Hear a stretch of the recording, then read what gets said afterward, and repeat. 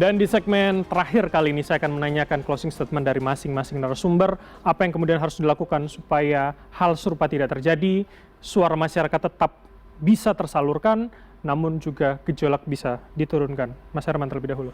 Ya, pertama 2-3 tahun lalu kan MK sudah mengeluarkan putusan soal partisipasi bermakna ya. Dan bagi saya ini satu panglima ketika kita menyusun sebuah kebijakan publik yang punya dampak terhadap kepublikan, apalagi menimbulkan potensi beban bagi masyarakat, partisipasi bermakna itu harus ada di kepala semua policy maker, baik di level nasional maupun di level daerah. Kemudian yang kedua, kalau kita bicara pajak dan retribusi daerah, dari catatan kami di KPPOD, itu adalah salah satu variabel yang menentukan tata kelola ekonomi daerah. Pertumbuhan investasi yang menentukan pertumbuhan ekonomi itu bergantung pada seperti apa desain kebijakan fiskal kita. Dan pajak dan retribusi daerah di era desentralisasi dan juga otonomi daerah sebetulnya punya dua fungsi kan. Fungsi budgeter untuk meningkatkan pendapatan asli daerah dan fungsi reguleran jadi instrumen untuk menstimulasi pertumbuhan investasi salah satunya.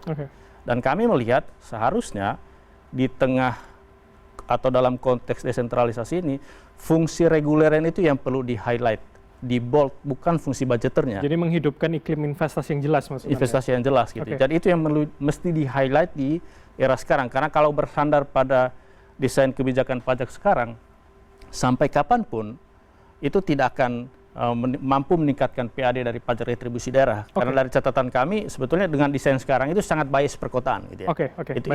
Itu yang kami lihat gitu. Kemudian yang terakhir sebetulnya kita juga mengharapkan pembinaan pengawasan sistematis dari pemerintah pusat terutama Kementerian Dalam Negeri agar mampu mengidentifikasi potensi persoalan dalam proses executive review, apakah itu terkait dengan rancangan perda atau rancangan peraturan kepala daerah. Dan harus detail pada perda dan kemudian rancangan daerah tadi ya. Oke, Mas Herman, terima kasih. Mas Yan, terakhir dari Anda.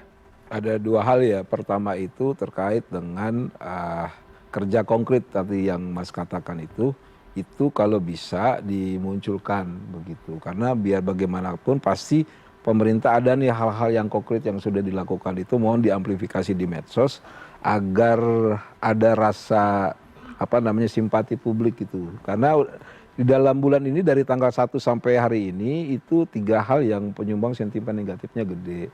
Itu pertama itu terkait isu PBB, kedua itu terkait dengan isu bendera One Piece, ketiga itu royalti, polemik royalti. Gitu. Terus kalau kedua itu berkenan sih komunikasi publik baik itu pemerintah daerah maupun pemerintah pusat itu dilakukan terutama pada isu-isu yang sifatnya tidak populis. Kurang lebih seperti itu, Mas. Ingat buat Cirebon itu tanggal 11 September. Dan itu tergantung bagaimana respon pemerintah ya. Apakah itu kemudian berjalan sama dengan Pati atau tidak begitu ya. Mas Agung terakhir singkat saja. Terakhir karena masyarakatnya makin kritis, sosiodemografi berubah, maka kepala daerahnya harus kreatif. Saya nanti bisa di cross check kalau itu Bupati Sragen, Pak Sigit tuh justru punya kebijakan bagus. Pajaknya malah diturunkan, bahkan dihapuskan kalau saya nggak salah. Sehingga masyarakat lebih adem di sana, di Sragen. Nah, maksud saya gini, para bupati, wali kota, gubernur ini sering-sering nongkrong, Mas. Berbagi cerita, tips lu gimana supaya gitu, bro? Supaya apa? Supaya masyarakat yang semakin kritis itu bisa dijawab dengan kreativitas mereka. Kalau nggak kreatif, mati, saya bilang. Bahaya mereka.